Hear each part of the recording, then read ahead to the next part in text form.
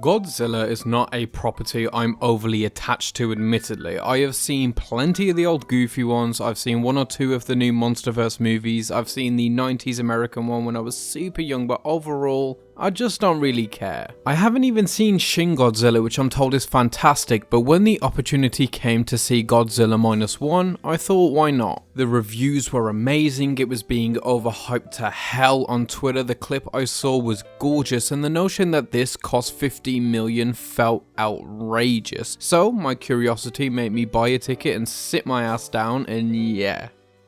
Holy shit. Now first of all, I just want to say, this film reportedly cost 15 million, but the director Takashi Yamazaki says he wishes it were made for that much, meaning it cost even less. Now as impressive as that is, there is no way to make a movie look this good for that much without turning your VFX workplace into a concentration camp. So though people are praising the look when put next to the budget, as they should, I think it's good to keep in mind that the working conditions were more than likely incredibly poor. But it does go to show, even if this had a more inflated budget and better conditions, what films should cost and should look like. Marvel movies and other blockbusters of this age are costing far too much, and I went into this recently on my MCU video, but it's just not sustainable and it really makes you wonder where this money is going. But beyond the budget and all that stuff, the film itself is incredible. I said in my May December video that to me the most important shot in a movie is the first. It's the first thing you see of the story, so it has to make an impact. It needs to mean something pivotal, and for Godzilla Minus One, it's a simple shot of a bomb. This bomb being attached to a plane, which makes it evident that this is a kamikaze pilot, but aside from establishing our main character as a kamikaze pilot, opening the movie with a shot of a soaring bomb lets you know from the jump that this film is not going to shy away from that original meaning, the original metaphor of nuclear weapons in World War II, even specifically set in this film at the start of 1945. And this emphasis on the bomb and the weaponry used in World War II against and by Japan is incredibly important, because this film is not exactly critical of Japan during World War II or even the US in World War II. It's critical of the governments. Because this film has resonated with a Western audience, but contextually they were the bad guys to us during that conflict. But the citizens and even the majority of soldiers were innocent from that label, at least to me. Because a war or any kind of conflict to me is not made by soldiers, it is not ended by soldiers either. Soldiers are just people forced to do the duty of rich men who bear no personal responsibility for the soldiers' actions. So even to the characters in this film, they find themselves criticizing their government, their flow of information, and how governments care more for the politics than their citizens.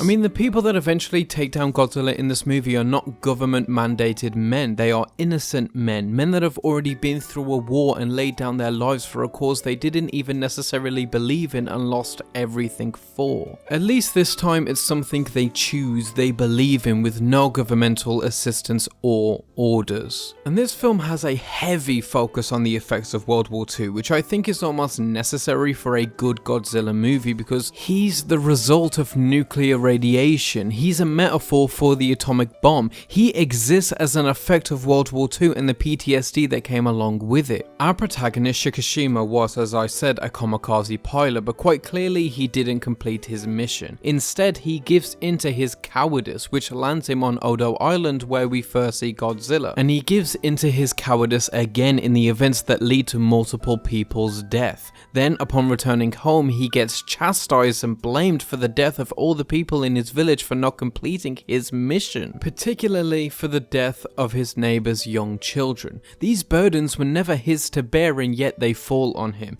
He shouldn't have had to be a kamikaze pilot and sacrifice himself for a war he had no personal investment in. Even if he did shoot at Godzilla on Odo Island, all those people would have died regardless, and the lack of sacrifice did not cause the decimation of his town, and yet he holds himself personally responsible for all of this. The arc that he goes through to make it through his personal war, to raise a child, to fall in love, to forgive himself, and to be forgiven by those who blamed him is so gorgeous. He goes through all of these character developments until eventually his final mission, which he believes he must once again become a kamikaze pilot and finally go through with it.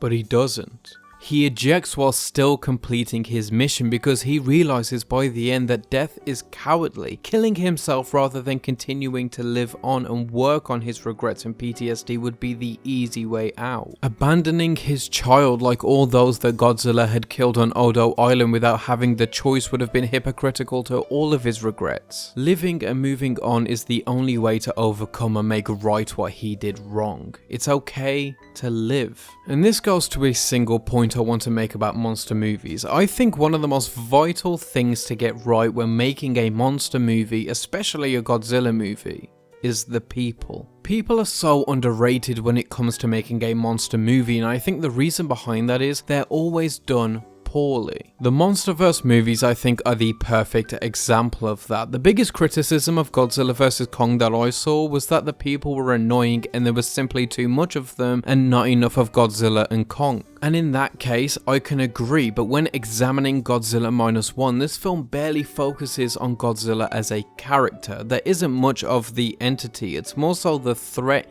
it poses, the presence of Godzilla. Now don't get me wrong, when he shows up, he shows out, but we'll get to him in a minute. What I'm saying is, this film cares so much more for the human characters. Having one clear protagonist with a great ensemble cast of side characters who bring a lot of heart to push Shikishima through his journey. I cared so much for this character and those around him. I cried twice. I cannot remember the last time a monster movie made me cry, especially over the human characters. The film isn't shy about its use of them. It doesn't worry about boring the audience. After the first scene of Godzilla, you go a good 20 to 30 minutes without seeing him again, which is incredibly important because they spend that time setting up our protagonist's new context and his new life with survivor's guilt over both the war and Odo Island. But of course, I guess it's time we actually talk about Mr. Radiation himself, Godzilla. He is so fucking sick in this movie. First of all, when he shows up, he's like a horror villain in the dead